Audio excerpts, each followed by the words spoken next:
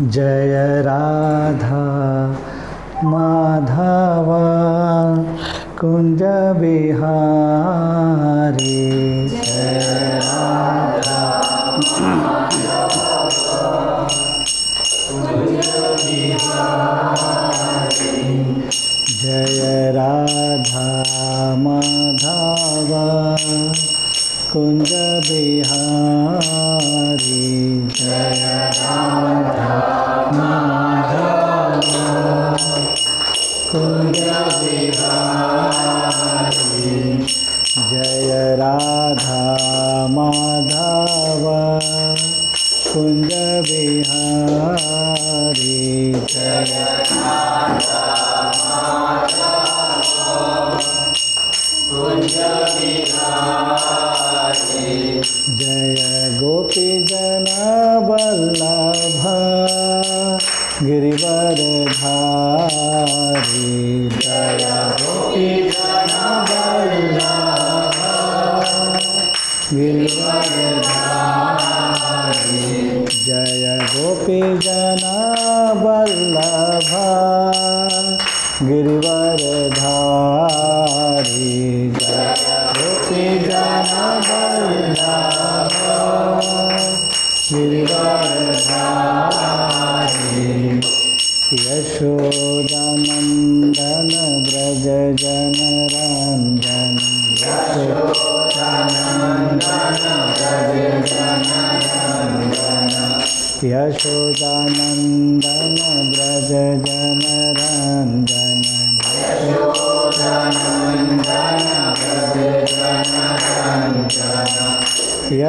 यशोदानंदन ब्रज जन रंजन। यशोदानंदन ब्रज जन रंजन। यशोदानंदन ब्रज जन रंजन।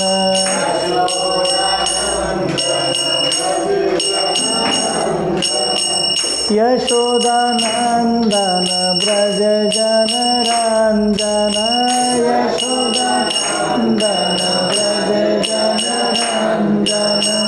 यशोदानंदन ब्रज जन रंजन।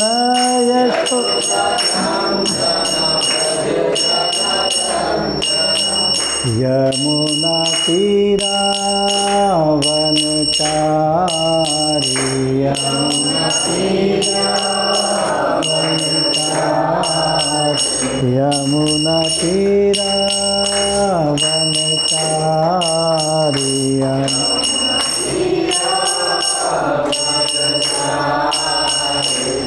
जय राधा माधव कुंज बिहारी। जय राधा माधव कुंज बिहारी। जय राधा माधव कुंज बिहारी। जय राधा माधव कुंज बिहारी। जय गोपी जन वल्लभ गिरिवरधारी। जय गोपी जन वल्लभ गिरिवरधारी। जय गोपी जन वल्लभ गिरिवरधारी। जय गोपी जन वल्लभ गिरिवरधारी। यशोदानंदन ब्रज जन रंजन। यशोदानंदन ब्रज जन रंजन। यशोदानंदन ब्रज जन रंजन। यशोदानंदन ब्रज जन रंजन। यशोदानंदन ब्रज जन रंजन। यशोदानंदन ब्रज जन रंजन। यशोदानंदन ब्रज जन रंजन। यशोदानंदन ब्रज जन रंजन। यमुना तीरा वनचारी तीरा वनचारी यमुना तीरा वनचारी यमुना तीरा वनचारी जय राधा माधव कुंज बिहारी जय राधा माधव कुंज बिहारी हरे कृष्ण कृष्ण कृष्ण हरे हरे हरे राम राम राम हरे हरे हरे कृष्ण कृष्ण कृष्ण हरे हरे हरे राम राम राम हरे हरे हरे कृष्ण कृष्ण कृष्ण हरे हरे हरे राम राम राम हरे हरे हरे कृष्ण कृष्ण कृष्ण हरे हरे हरे राम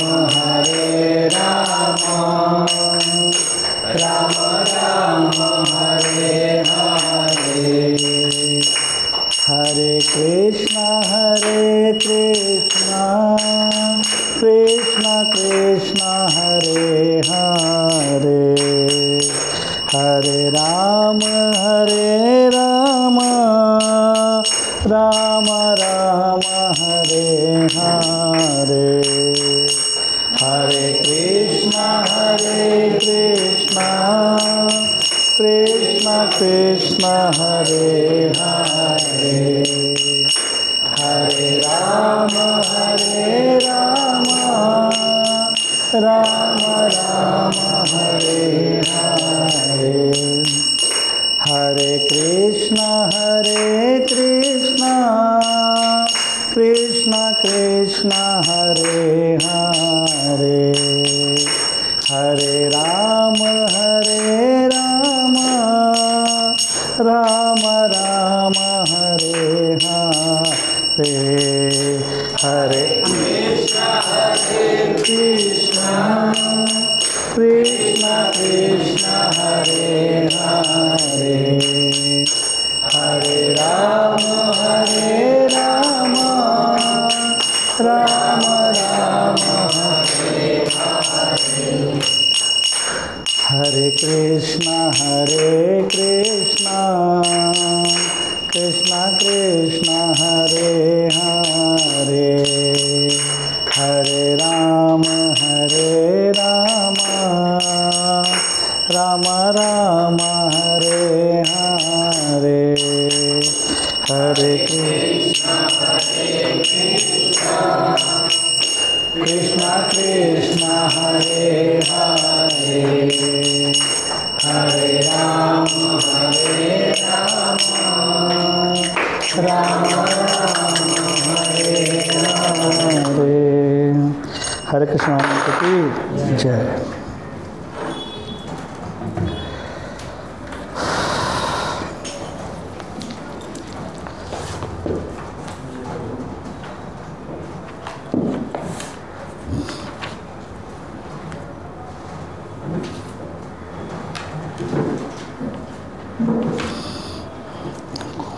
কত হয়েছিল? হ্যাঁ 15 तो भगवद गीता यथारूप अध्याय 4 श्लोक 15। तो आगे की ছিল न मम कर्माणि लिप्यन्ते न मम कर्मस्पृहा इह कर्मन्तु संपद्यते। ঠিক আছে, बोलो आप लोग। एवं ज्ञात्वा कृतम कर्म पूर्वः अपि मुमुक्षुभिः कुरु कर्म एव तस्मात् एवं पूर्वतरम कृतम। प्राचीन काल में समस्त मुक्त आत्माओं ने मेरी दिव्य प्रकृति को जान करके ही कर्म किया, अतः तुम्हें चाहिए कि उनके पद चिन्हों का अनुसरण करते हुए अपने कर्तव्य का पालन करो। तो ये जो भगवान बता रहे हैं ये भक्ति के बारे में पूरी डॉक्टर यदि चले देखते अच्छी नाम तुम्हें यदि चले यदि चले सो। हाँ, तो भगवान बता रहे कि ये जो ज्ञान दिया जाए भगवद गीता का, ये तो पहले किसको दिया गया था? सबसे पहले सूर्यदेव को। उनका नाम क्या है? विवस्वान। तो विवस्वान के टाइम्स के बाद भी ये ज्ञान चला, जो होता है ना कि एक पीढ़ी दर पीढ़ी आया फिर धीरे ख़त्म हो जाता है। क्योंकि एक्चुअली हमारा भी जो ओरिजिन था, अभी से अगर देखा जाए 200 साल बाद पहले 200-300 साल पहले भी हम लोग चाय नहीं पीते थे। हम लोग क्या पीते थे पहले? हाँ, मतलब नहीं, हम लोग दूध पीते थे, लस्सी पीते थे, ये हमारा है। चाय अंग्रेज़ के गए हमारे को, चाय कॉफ़ी ये उनका ड्रिंक था। तो हम लोगों ने 200 साल पहले भी, इवन हमारा 200 साल पहले का भी कल्चर बहुत अच्छा था। इवन अगर 50-60 साल पहले भी जाए ना, कल्चर बहुत अच्छा था। ये जब से एक्चुअली क्या है ना कि कलयुग, तो ऐसा वर्णन आता है कि जब कृष्ण ये धाम छोड़ के चले गए अपने गोलोक वृंदावन में, तो उनके जाने के तुरंत बाद पांडव भी चले गए। जब युधिष्ठिर महाराज को मालूम पड़ा कि कृष्ण चले गए हैं, तो वो तुरंत परीक्षित को, राजा परीक्षित कौन था? फर्स्ट परीक्षित,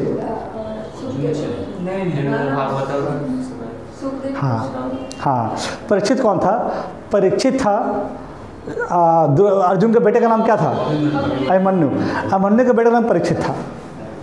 अभिमन्यु और उत्तरा का जो गर्भ में बच्चा था, जिसको कि अश्वत्थामा ब्रह्मास्त्र से मार दिया था, गर्भ में ही, माँ के गर्भ में मार दिया था, उसका भगवान कृष्ण ने जाके जिंदा किया। माँ के गर्भ में जाके, उत्तरा के गर्भ में जाके भगवान ने जिंदा किया। और वही परीक्षित जब बड़ा होता है, तो क्योंकि पांडव को जो 5 बेटे थे, 5 पांडव के 5 बेटे थे, उनका वध हो जाता है। उनका वध कौन करता है? अश्वत्थामा। Good, very good. कौन करता है? अश्वत्थामा। तो जब लड़ाई खत्म होता है, मैं थोड़ा बताता हूँ क्योंकि महाभारत का भी स्टोरी बहुत अच्छा है। जब लड़ाई खत्म होता है तो दुर्योधन मरने वाला होता है, तो फिर क्या होता है कि अश्वत्थामा बोलता है कि नहीं, मैंने अपना मित्र का कर्ज पूरा नहीं किया। मेरे मित्र का बहुत इच्छा था कि मैं पांडव को मार के पांडव को हरा दूँ, मैं या हम लोग कौरव मिलके, तो मार नहीं पाते हैं। और दुर्योधन का अंतिम टाइम, दुर्योधन का मरने वाला टाइप में, तो कृतवर्मा, अश्वत्थामा और कृपाचार्य 3 लोग बचते हैं कौरव की ओर से, बाकी सब मर जाते हैं। 100 कौरव, उसके बाद जो राक्षस, वो जो सेना था, सब खत्म हो जाता है। तो अश्वत्थामा सोचता है कि अब क्या किया जाए, दोस्त को कैसे खुश किया जाए, मित्रता कैसे निभाई जाए। तो वो ऐसे बैठ कर अंधेरे में सोच रहे होते हैं, और उनको देखता है कि एक चील कौवे के घोंसले में जाके और कौवे का अंडा चुरा के लेकर भाग रहा है। अंडा कौवे का था और निकाल के लेके जा रहा है खाने के लिए। उसको तुरंत दिमाग में आता है कि क्यों ना पांडव सो रहे होंगे अभी, और जाकर 5 पांडव का मैं सिर काट के लेके आ जाऊँ। तो ऐसा विचार करके जाता है वो, और जाता है तो पांडव नहीं सो रहे होते, क्योंकि भगवान को सब पता होता है क्या होने वाला नहीं होने वाला है। तो भगवान उस रात में 5 पांडव को लेकर चले जाते हैं। कहाँ पे? तो ये जो इतना बड़ा जो युद्ध हुआ है, काफ़ी लोग मरे हैं, तो चलो तुम 5 नहाने चलो गंगा में, या शुद्ध होने चलो। भगवान लेके 5 पांडव चले जाते हैं। और जो 5 बेटे थे 5 पांडव के, अर्जुन से अर्जुन का बेटा, द्रौपदी अर्जुन का एक बेटा होता है, द्रौपदी युधिष्ठिर का एक बेटा होता है, वैसे 5 पांडव सो रहे होते हैं ऐसे अंधेरे में। वो आता है, चुपके से अंदर घुसता है, घुस के 5 पांडव का मुंडी काट देता है सोए में, ऐसे तलवार लेके मुंडी काट देता है। और 5 पांडव का मुंडी ऐसे लेके जाता है, दुर्योधन को बताता है कि देखो मैंने 5 पांडव को मार दिया। दुर्योधन को पहले डाउट होता है कि इतना आसानी से पांडव कैसे मर सकते हैं, इतने बड़े योद्धा हैं, और इतने युद्ध में जीतने के बाद। तो दुर्योधन का अंधेरे में दिखाई देता नहीं, वो जस्ट एक पांडव का मुंडी ऐसे, मतलब वो देता है मुंडी, ऐसे माथा में से छूता है, देखता है कि माथा तो बहुत नरम अभी भी, मतलब एक्चुअली क्या होता है कि 12-13 साल के बच्चे का भी माथा नरम ही होता है, इतना ज़्यादा हार्ड नहीं होता है। वो छू कर समझ बोलते नहीं, ये तो पांडव नहीं है, इनके बेटे हैं शायद।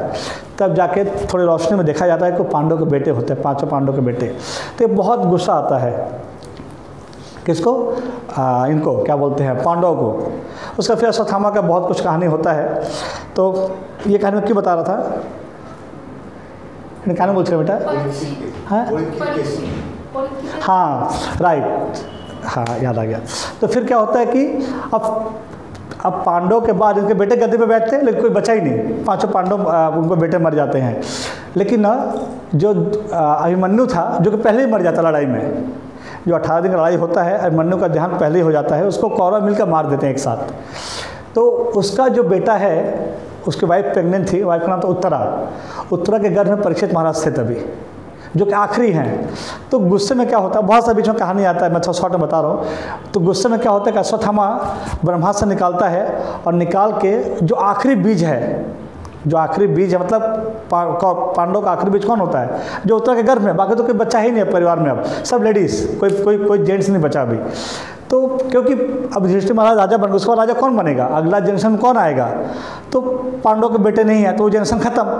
तो एक ही बचता है पांडव का बेटा, यानी अर्जुन का बेटा अभिमन्यु, अभिमन्यु का बेटा परीक्षित महाराज। वो गर्भ में रहते हैं, और वो क्या करता है, अश्वत्थामा क्या करता है, ब्रह्मास्त्र निकालता है। और ब्रह्मास्त्र की खासियत क्या है? ब्रह्मास्त्र एक ऐसा हथियार है जो पूरे ब्रह्मांड को, नॉट अर्थ, पूरे ब्रह्मांड को जला सकता है। एट द सेम टाइम एक चींटी को मार सकता है। हमने जो परमाणु बम बनाया है, उससे क्या होगा? मान लो कि माना राजेश पांडे को, लेकिन गिराएगा तो कलकत्ता खत्म हो जाएगा, है कि नहीं? राजेश पांडे तो जाएगा, लेकिन पूरा कलकत्ता खत्म हो जाएगा। लेकिन तब ऐसा नहीं था। ब्रह्मास्त्र का वो कैपेसिटी था, अगर एक को मारना है तो एक को ही मारेगा। तो वो ब्रह्मास्त्र निकाल कर चलाया, क्यों? उसका गर्भ में जो बेटा है उसको मारने के लिए। तो वो ब्रह्मास्त्र छोड़ता है, और ब्रह्मास्त्र गर्भ में आके उत्तरा के बेटे को मार देता है। किसको? परीक्षित महाराज को। लेकिन भगवान कृष्ण गर्भ में जाकर उसको जिंदा कर देते हैं।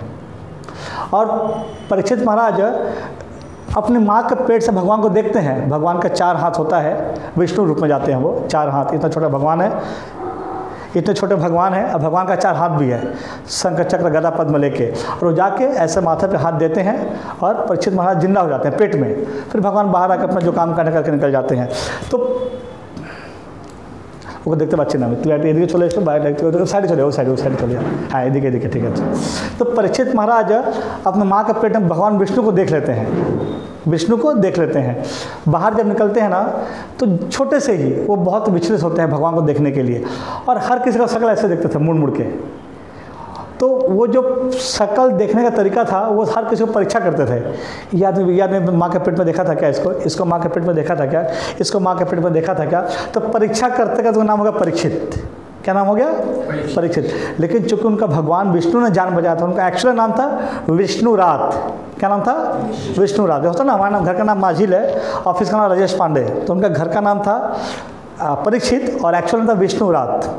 तो वो इकलौते बच्चे थे जो कि पांडव के अगले वंश के लिए। तो जब मालूम पड़ता है कि भगवान कृष्ण चले गए, तो क्या होता है कि तुरंत परीक्षित महाराज को राजा बनाते हैं, और 5 पांडव चले जाते हैं उत्तर की ओर, हिमालय की ओर। तो उसका जब परीक्षित राजा बनता है, परीक्षित बहुत दिन तक राज करता है, बहुत दिन तक। और कलयुग आने वाला होता है, क्योंकि द्वापर के बाद कलयुग आने वाला था। तो एक बार परीक्षित महाराज घूमने निकलते हैं सुबह। एक्चुअली पहले के राजा क्या थे ना, कि पहले के राजा खुद निकलते थे जनता का हालचाल जानने के लिए।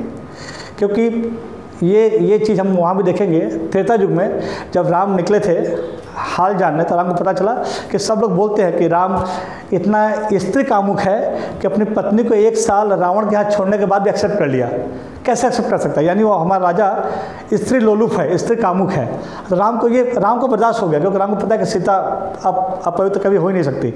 लेकिन सीता को बर्दाश्त नहीं हुआ। तो राम अगर राज के बाहर नहीं निकलते तो राम को पता नहीं चलता। तो पहले के राजा करते थे ऐसे कि खुद बाहर निकल के देखते थे कहाँ क्या मेरे बारे में बात हो रहा है, जनता क्या बात कर रही है मेरे बारे में।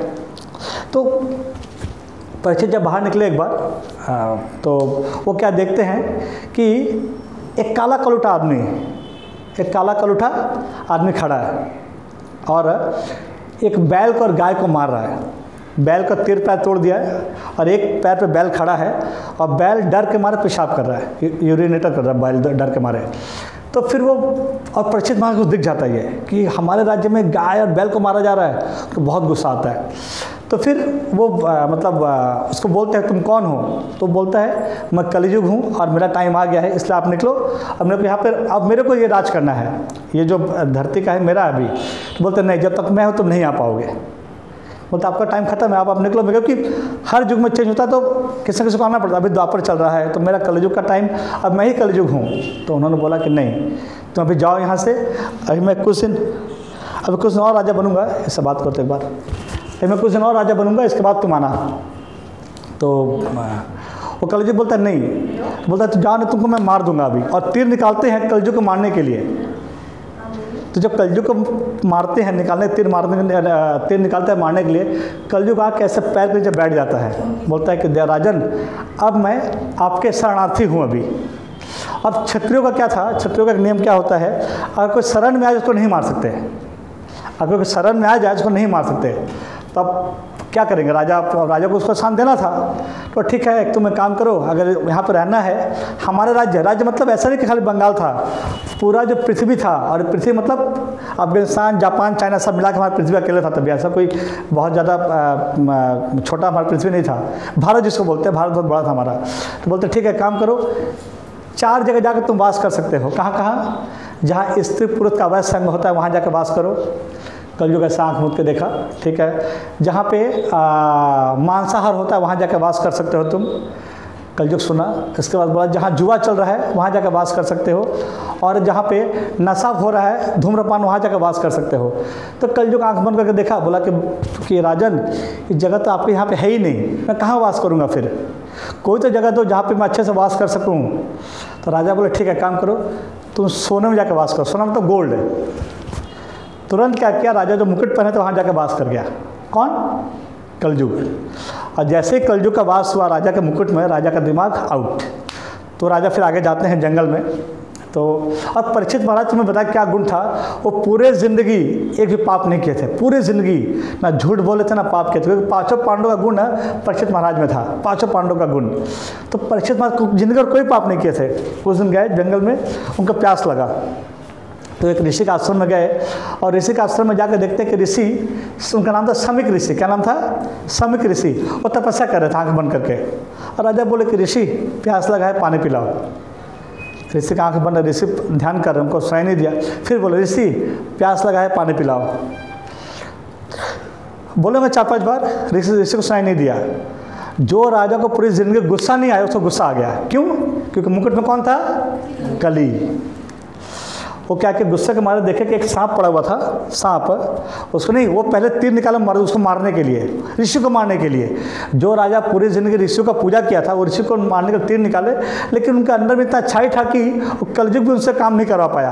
फिर गुस्से से क्या किए, एक सांप उठाए, मरा हुआ सांप, और शमिक ऋषि गले में डाल दिए गुस्से के मारे, और वहाँ से चले गए।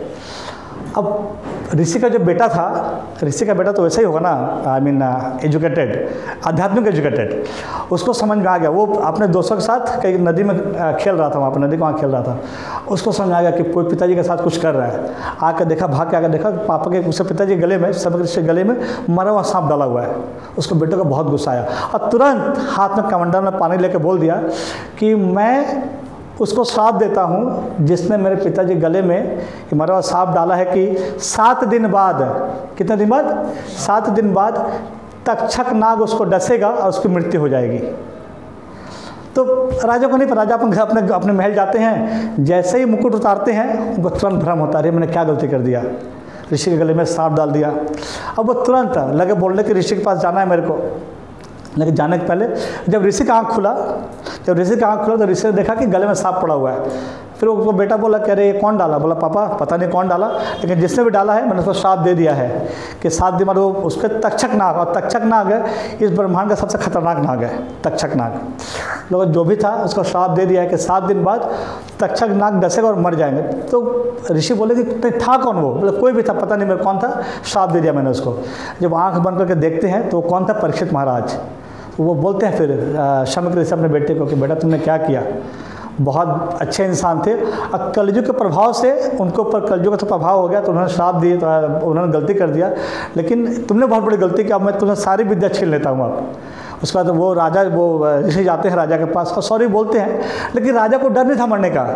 परीक्षित महाराज क्या सोचते हैं ना, अब मेरे पास 7 दिन बचा है, कितने दिन, ओनली 7 डेज, मैं क्या करूँ, अपना जो डेथ है उसको चेंज कर दूँ, डेथ को चेंज कर दूँ, मतलब होता ना डेथ विल फ्रूटफुल।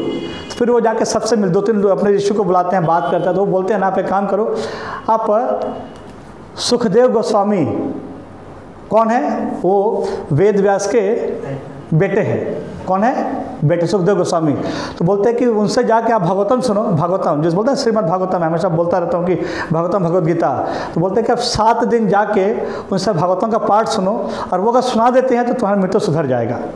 तो वही भागवतम आता है जो हम बोलते हैं श्रीमद् भागवतम। 7 दिन सुखदेव गोस्वामी बोलते हैं, परीक्षित महाराज सुनते हैं, और साथ में बहुत सारे ऋषि लोग सुनते हैं, उसको भागवतम बोलते हैं। तो सुखदेव गोस्वामी का वो क्या नाम है, उनका डेथ हो जाता है परीक्षित महाराज का, 7 दिन बाद तक्षक काटता है उनका, वो चले जाते हैं। इसके बाद एक कलयुग चालू होता है, और सबसे ज़्यादा कलयुग कहाँ पे है, पैसे में। आज भी जहाँ पैसा है वही सबसे ज़्यादा पाप है। कलयुग क्या है, कलयुग एक व्यक्ति है, हम नहीं देख पा रहे, वो हमारे सबके साथ है। एक्चुअली कलयुग एजेंट कौन है, मोबाइल, इंटरनेट, जो ये है ना क्या नाम है, ये जो क्लब, ये सब कलयुग एजेंट है। और ये बाय डिफ़ॉल्ट ये हमको बनाया गया है कि अगर परीक्षित महाराज होता हटा देते, लेकिन हमारे में कैपेसिटी नहीं है, हम हटा पाए, हम उससे फंस जाते हैं। ये सब कलयुग एजेंट हैं। तो परीक्षित महाराज जब से गए तब से कलयुग बढ़ना चालू हुआ, आज भी कलयुग एकदम दिन दोगुने रात चौगुने पर वो प्रोग्रेस कर रहा है। तो पहले के राजा जो ऐसे थे कि वो सब जिन्होंने भगवान के बारे में सुनाई, जिन्होंने भगवान की भक्ति की, वो सब क्या हुआ कि दिव्य प्रकृति को जानकर कर्म किया, और तुम्हें चाहिए कि उनके पद चिन्ह पर चलो। तो जो जो पहले के लोगों ने किया है, पहले मतलब हमारे जनरेशन की बात नहीं हो रही है, ऋषि मुनि की बात हो रही है, उन्होंने जो किया है हमको वो फॉलो करना चाहिए, और वो फॉलो करके हमको भगवान के दिव्य लीलाओं के बारे में सुन के भगवान के धाम वापस लौट जाना चाहिए। क्योंकि क्या है कि जो भी, क्योंकि देखो हम क्या है ना कि अभी इसको ऐसा बोलता है ना कि सर आप जो बता रहे हैं हरे कृष्ण महामंत्र करके या भक्ति करके भगवान के पास जा सकते हैं, ऐसा एग्जाम्पल है क्या, तो है। अगर मैं किसको बोलूँ, इसको बोलो ठीक है काम कर, पायलट बनो, नौकरी मिल जाएगा, अगर मैं किसी को बोलता हूँ तो पूछेगा ना कोई मेरे से कि हाँ पायलट पढ़ाई कर किसको नौकरी मिला है क्या, तो मैं बोलूँगा कि हाँ मिस्टर चटर्जी के बेटे को मिला है, मिस्टर बनर्जी के बेटे को मिला, बोलूँगा ना। तो वैसे ही शास्त्र में जो बोला गया वो पहले हो चुका है। ऐसा नहीं कि ये करेंगे तो नहीं सर, क्या पता भक्ति किए और कुछ नहीं हुआ, तो ऐसा बिल्कुल नहीं है। तो शास्त्र में जो बोला गया है उसको फॉलो जो पहले के लोगों ने किया है उनको फल मिला है, इसलिए हम भी फॉलो करके उसका फल ले सकते हैं। ये कोई बनावटी बातें नहीं है, ये कोई बनावटी बातें नहीं कि नहीं ठीक है पुराना किताब है, पुरानी चीज़ें लिखी हुई हैं, ऐसा नहीं है। शास्त्र जो दिया हुआ है वो आज भी एप्लीकेबल था, पहले भी एप्लीकेबल था और आगे भी एप्लीकेबल रहेगा, ये बनावटी चीज़ें नहीं है। तो हमने एक श्लोक में चैप्टर आज दिन खत्म कर दिया। एक्चुअली क्या है ना, शास्त्र के अगर मैं ये पूरा स्टोरी बोलता परीक्षित महाराज का और ये पांडव का, साल का 1.5 घंटा, तो मैंने बहुत शॉर्ट में बताया, काट के। अश्वत्थामा का क्या होता है, भगवान कृष्ण अश्वत्थामा का क्या करते हैं, अश्वत्थामा जो ब्रह्मास्त्र छोड़ता है उसका क्या होता है, बहुत सारी चीज़ें हैं हम डिस्कस कर सकते हैं, लेकिन टाइम यहाँ पर लिमिटेड है। तो आप लोग बताओ कोई सवाल है तो हम लोग डिस्कस करें फिर।